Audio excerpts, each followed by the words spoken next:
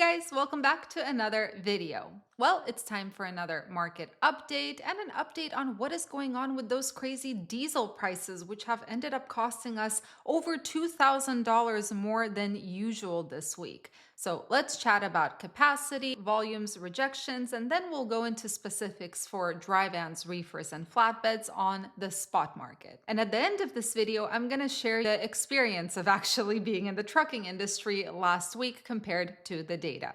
Ready? Let's go.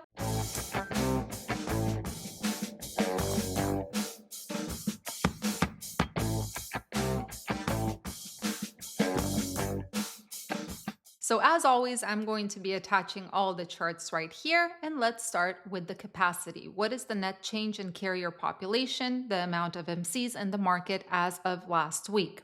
Well, as of last week, we actually lost 362 carriers net. Nothing crazy, but still carrier losses. Now, in terms of the spot versus contract market, how much more do contract carriers get paid compared to those spot carriers? As you can see, it's starting to go up the line again, which means that the margin between the spot and contract market is getting smaller. And currently, contract carriers are seeing on average 43 cents per mile more than those spot carriers. Now, the question is now about what is happening with volumes. Are we above 2024 yet? And unfortunately, we are not.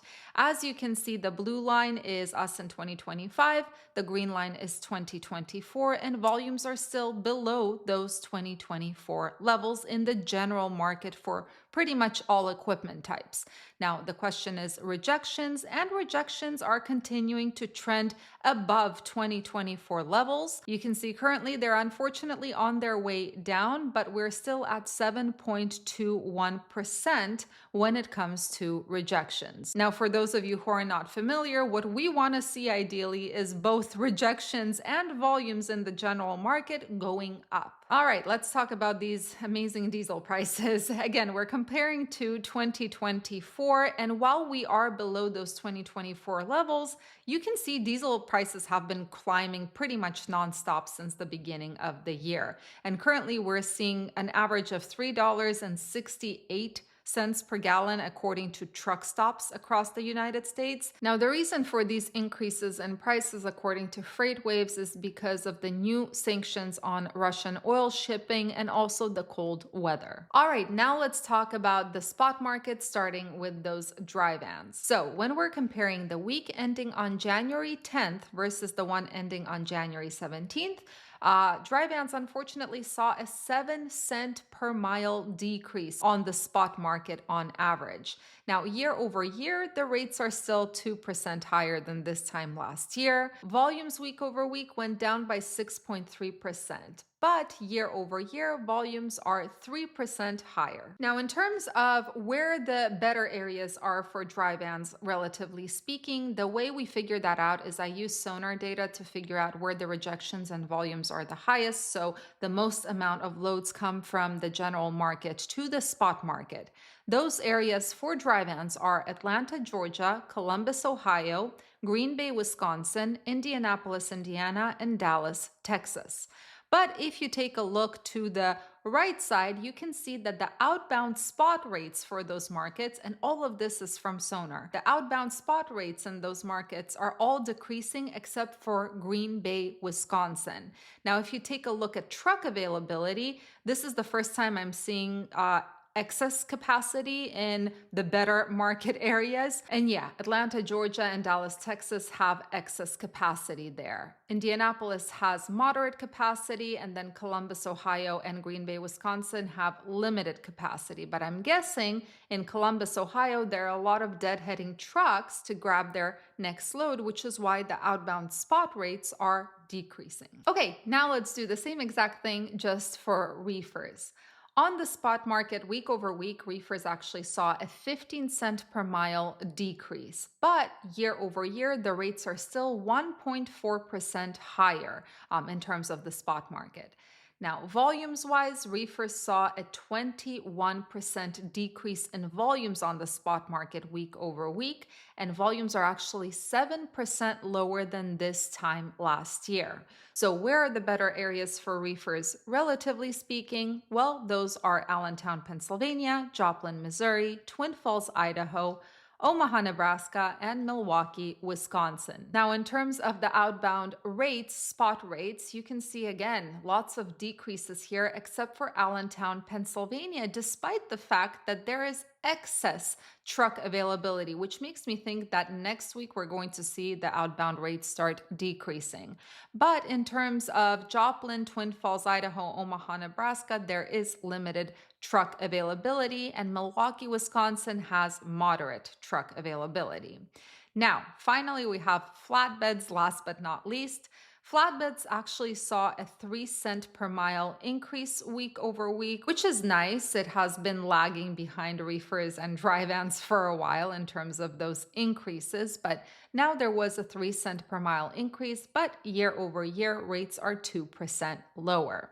That being said, volumes week over week on the spot market for flatbeds increased by 3.2% and are actually 21% higher than this time last year. Now, to figure out the better areas for flatbeds, I go to TruckStop. I use TruckStop data to create these maps. This one is the load map. The darker an area is, the more loads come out of that area. And as I always say, pretty much nothing changes. Most of the loads come out of the south as well as the eastern side of the United States if you cut it in the middle, right? As well as California, but California is not a place you want to be. You will see in just a second.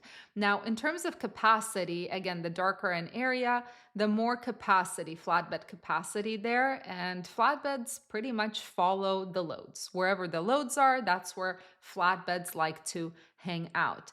Now, in terms of the load to truck ratio, where do you have more negotiating power? Where are there more loads than there are trucks? Anything burgundy red like Texas, which has been severe overcapacity for pretty much almost a year now, I feel like that is severe overcapacity, right? There is less than half a load per truck. Red like California, Nevada, etc., this is still overcapacity. This is still less than a load per truck. California, again, is not a good place to be, even though there are more loads there. Texas has the most loads coming out, and this is definitely not the best place to be if you have a flatbed. Anything orange, and there are 3 places here, Indiana, Ohio, and Kentucky. They're all kind of bunched together. This is pretty much equilibrium. There are about 1 to 1.5 loads per truck. Yellow, Minnesota, Idaho, Illinois, Maryland. This is slight under capacity. There is about 1.5 to 2 loads per truck. Green, Washington, Wyoming, Michigan, under capacity, 2 to 3 loads per truck. If you are in Wyoming, you should be in Grable, Wyoming. Usually you can get a more decent rate there. At least that was the case last week.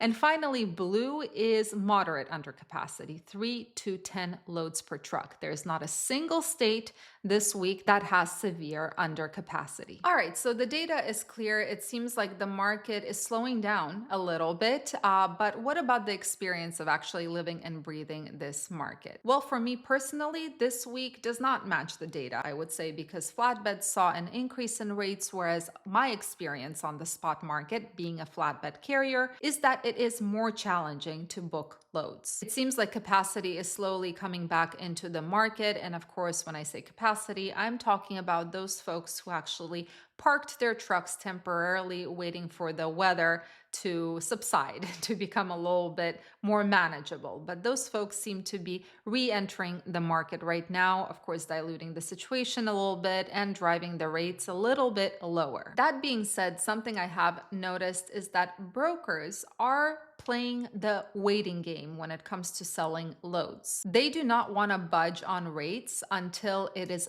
very close to the pickup cutoff time. The thing that has been super helpful for me, and I mentioned it in my live earlier this week, is this new feature on TruckStop that shows you views next to each load. So it can be the first one to view, which means no one has viewed the load. There is low, average, and high.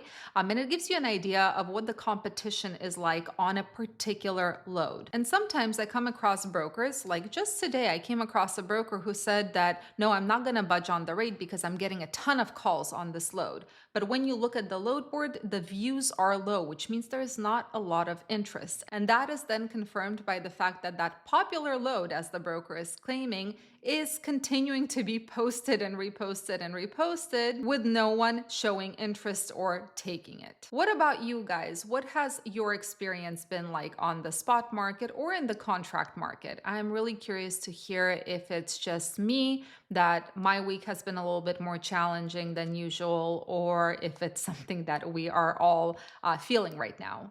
Anyway, guys, thank you so much for joining and watching today. I hope you have a fantastic rest of your week and weekend. Stay safe, stay healthy, and keep learning. See you in the next video.